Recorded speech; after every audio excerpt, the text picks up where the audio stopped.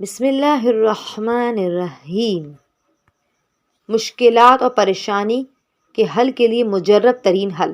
جب مرحوم آیت اللہ مصطفیٰ بروجردی سے گزارش کی گئی کہ کوئی مجرب ترین دعا بتا دیں جس سے پریشانیاں دور اور مشکلات حل ہوں، تو فرمایا مجھے جب سے اس دعا کی آیت اللہ بروجردی نے تعلیم دی ہے، ایسا کبھی بھی نہیں ہوا کہ اس دعا کے پڑھنے کے ایک ہفتے کے اندر اندر میری مشکلات کا حل نہ ہوا ہو، اور جس کو بھی میں نے اس دعا کی تعلیم دی اس کی مشکلات بھی تیسرے یا چوتھے دن حل ہو گئی ہو۔ لیکن آیت اللہ بروجردی نے اس بات کی تاکید فرمائی تھی کہ دعا کے پڑھنے سے پہلے اور بعد میں 4 مرتبہ محمد و آل محمد علیہ السلام پہ درود ضرور بھیجیں۔ اس دعا کے پڑھنے کا کوئی خاص معین وقت نہیں ہے، لیکن شرط یہ ہے کہ اس دعا کے پڑھنے میں وقفہ نہ آئے۔ شیخ بہائی رحمۃ اللہ علیہ سے منقول ہے کہ جو بھی صاف دل سے صحیح عقیدے کے ساتھ اس دعا کو جائز حاجت کے لیے پڑھے گا، اس کی وہ حاجت پوری ہوگی، اور اگر اس کی حاجت روا نہ ہو تو قیامت کے دن میری خدا سے شکایت کرے۔ یہ دعا بیماروں کی شفایابی کے لیے بھی مؤثر ترین ہے۔ اس دعا کے پڑھنے سے اگر بیمار کو صحت نہ ملے تو یقیناً اس کی موت کا وقت قریب ہے،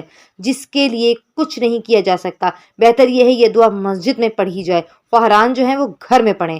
دعا پڑھنے کی شرائط: باوضو، رو بقبلہ، پڑھنے سے پہلے حسب توفیق صدقہ نکالا جائے، ایک ہی جگہ پہ پڑھی جائے، پڑھنے کے دوران کسی سے کلام نہ کیا جائے، یہ 70 مرتبہ ہر روز پڑھے۔ اس دعا کو 40 دنوں تک ہر روز پڑھے۔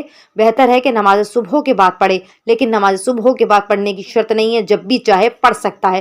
سجدے میں پڑھے۔ دعا کے پڑھنے میں گیپ نہ کیا جائے، یعنی ہر روز 70 مرتبہ بلا ناغہ بغیر وقفے کے پڑھے۔ وہ دعا یہ ہے: لا الہ الا اللہ بعزتک وقدرتک، لا الہ الا اللہ بحق حقک وحرمتک، لا الہ الا اللہ فرج برحمتک۔